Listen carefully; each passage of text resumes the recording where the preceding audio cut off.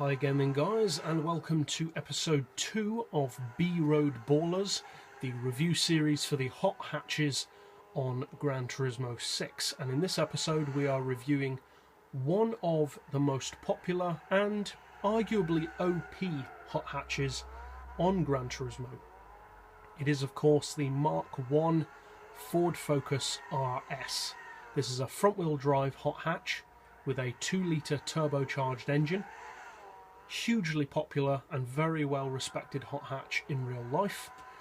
Very popular on the game as well for around 500 to 550 pp racing. One of the quickest Nuremberg ring cars in the game. And overall a rabidly quick car. But for those of you who haven't bought this car, what does it have to offer? Well, price-wise it costs just over 41,000 credits. So it's reasonably well priced, pretty cheap. Not necessarily the cheapest hatchback, but still very reasonably priced. Fully tuned, it sits at 548 pp, at which it is extremely competitive, primarily for its cornering speeds, but we'll get to that more in a second. Now, fully tuned, the power is 436 horsepower, so it's far from being the most powerful hot hatch in the game. It's no way near. And it produces 365 pound-feet of torque, which funnily enough is actually exactly the same as the Lancia Delta. Its weight though is what really sets this car apart from virtually all of the other hot hatches on Gran Turismo. This car is ultra lightweight with the full weight loss package, far lighter than you'd ever think a Ford Focus could be. It weighs in with the full weight loss package at only 877 kilos, which is insanely light for a full-size hot hatch. And thanks to its low weight and reasonable power, it has a very good power to weight ratio of 497 horsepower per tonne, so almost the power to weight ratio of a Veyron. However, this hot hatch can take corners quicker than a Veyron. Obviously it's not as quick in a straight line, but the speed at which this Ford Focus can take corners is mental. You can take corners and post lap times on numerous technical and twisty tracks with this car that would rival and in some cases beat full-on bona fide racing cars.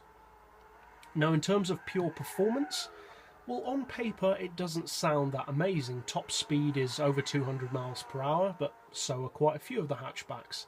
Acceleration off the line is okay, but there's wheel spin because it's front-wheel drive. Again, pretty much like every other hot hatch. But the real thing that does set this car apart is just how light it is. The weight on this car, as we said, is ridiculously lightweight. And because of that, the turn-in, the centre of gravity, the grip, the overall handling really is just incredibly rabid on this car. It can take corners at stupid speeds, and that's one of the main reasons, if not the main reason, why some people consider it to be an OP car. Now, I would say that this car is a little bit over-represented on Gran Turismo. Not saying that a Ford Focus isn't capable of doing things like this, but it is a lot quicker than many of the other hot hatches, and that's not just due to its weight, because there are other small lightweight hatches which are still no way near as quick as this car, despite having low weight and high power. So is it an OP car? Well, on paper, no.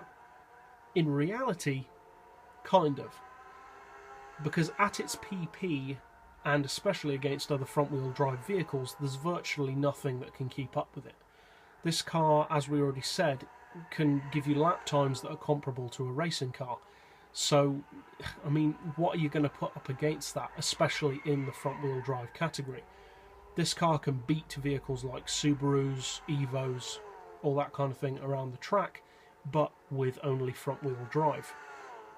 Now, The main downside, I would say, to this car is its stability. Now, this is an issue which only occurs on some tracks, but it does occur on this track here at Deep Forest. It also occurs potentially on, for instance, the Nuremberg Ring, and that is that going over curbs, the car can flip.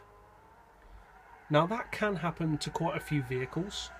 Some trucks and SUVs do it, some hatchbacks, and I'm not saying that it's a chronic problem with this car, it's just something that you need to be aware of, because obviously if you do flip, then it takes quite a while for the game to reset your car and to get going again. So on certain tracks I would recommend pushing the car as hard as it can go, because it will give you phenomenal lap times. But on other tracks, especially tracks with undulating heights and especially high curbs, be more careful with the car. But for overall performance, it is a formidable opponent. It can take on vehicles with much higher PP, much higher power, in some cases on paper better performance, and beat them. And although I'm not personally a huge fan of the car, I do have to acknowledge that it is a monster on Gran Turismo, one of the best track cars in the game in fact, especially for its PP.